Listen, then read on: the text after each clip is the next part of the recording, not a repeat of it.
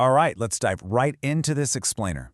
The sources we're unpacking today treat our modern reality as, well, essentially an emergency tactical broadcast. And why is that? Because they suggest that billions of us are currently living through a full-scale biological hijack, and most of us don't even realize it. So, we're going to explore a gritty tactical survival guide for what's being called the SNS, or Sympathetic Nervous System Apocalypse. You know, the origin of the word zombie is actually pretty wild when you look at it in this context. The true zombie apocalypse isn't some Hollywood movie with monsters shuffling around. In the ancient Congo tradition, a zombie was someone whose spirit was literally stolen, a body functioning completely without its original signal, just hijacked and replaced by someone else's agenda. And the argument here is that the modern attention economy is doing exactly this to us today, stealing our capacity for sustained quiet and overriding our internal signal with relentless algorithmic noise.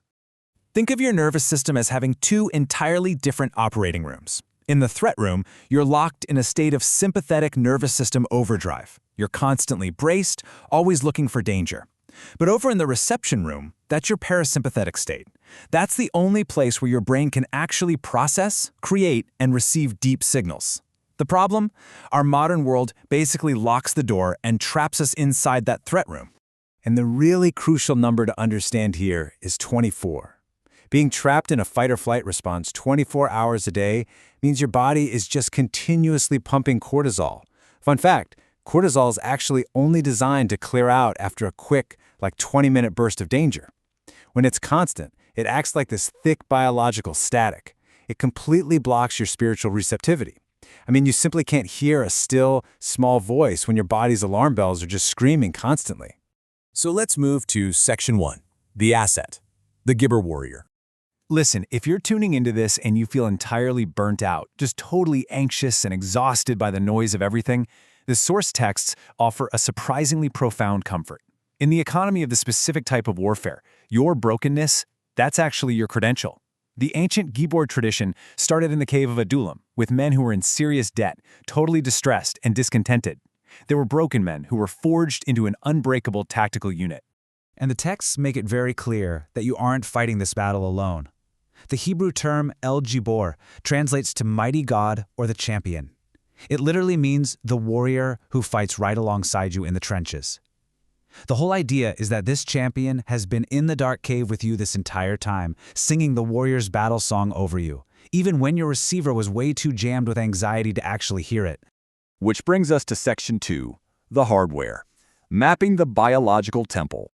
Okay, this is where it gets incredibly cool. There's a direct measurable correlation here between theology and human physiology. The ancient seven seals map directly onto your body's major endocrine centers, from the adrenals that govern your base survival instincts all the way up the chain to the pineal gland regulating total silence and divine union. Your physical anatomy is literally hardwired for spiritual reception. Theology is embedded right into your biology. So how do we use this hardware?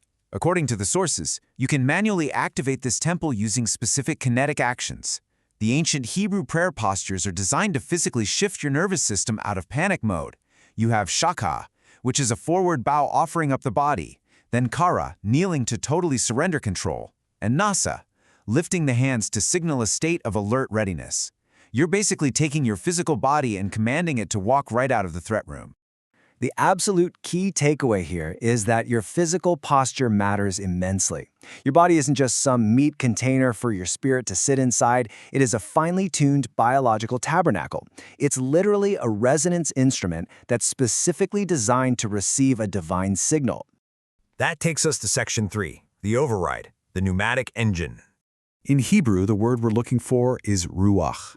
It translates to spirit, breath, and wind, but all operating simultaneously as one single force. The source texts are crystal clear on this point. The breath is not just a poetic metaphor for the spirit. The ruach is the actual, literal pneumatic engine and the vehicle of divine life. Put simply, how you breathe dictates exactly what channel your receiver is tuned to. So how do you manually start this engine? It's fascinating. By executing a highly specific 4-7-8 Watchman breath, you manually stimulate your vagus nerve. You inhale for 4 seconds to pull in the ruach, hold for 7 to let it fill you, and exhale for 8 seconds to completely surrender. This isn't just, basic relaxation. It's a tactical vagal regulation that forcibly drags your nervous system out of sympathetic overdrive and drops you right back into quiet readiness. Next up, Section 4, the arsenal, the 6 key metrics. To build a complete system override, the sources outline a 6-key tactical loadout. You start with faith. That's the cost that unlocks the sequence. You use breath to regulate the nervous system. Fasting clears the biological static. Stillness maintains your alert posture, the word acts as your daily intelligence briefing, and music actually changes the atmospheric frequency. Working together, these 6 keys move you from mere biological survival directly into deep spiritual communion. Take fasting, for instance. We tend to think of it as just a religious exercise, right? But it actually triggers a highly measurable biological process called autophagy. Your physical flesh literally starts consuming its own dead cellular weight and damaged proteins.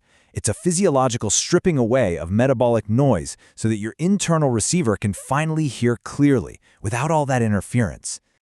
And then there's Zamar, the warrior's battle song. By deploying very deliberate musical frequencies, you're engaging in what's known as acoustic entrainment. You literally change your brainwaves to match the rhythm of heaven. You are shifting the frequency of the battlefield before the fight even begins. It's literally deploying sound as an atmospheric weapon. Finally, Section 5, the extraction, the Christor. All 6 of those disparate keys we just talked about, they actually converge on one single scientifically measurable destination, pushing your brainwaves into the theta frequency, operating right between 4 and 8 hertz. This is that twilight state of deep, receptive meditation. Entering this theta frequency is what the sources call stepping through the Christ door. It functionally tears the veil within your own nervous system, quieting the ego so that still, small voice can finally actually be heard. Ultimately, the texts offer us this message of profound hope. The algorithms of the modern attention economy, they'll tell you that you are permanently broken by anxiety, but you aren't, not at all. Your receiver has just been pointed in the wrong direction, jammed by all that cortisol static. The signal from the creator has never actually stopped broadcasting. So the source texts have laid out the owner's manual. They've mapped out the pneumatic engine, the somatic postures, and the entire 6-key matrix you need to clear the channel. So the only question this leaves us with is this: are you going to remain a zombie, feeding your stolen spirit to the algorithmic noise? Or will you execute the tactical override, take back your biological temple, and step through the theta door with your very next breath?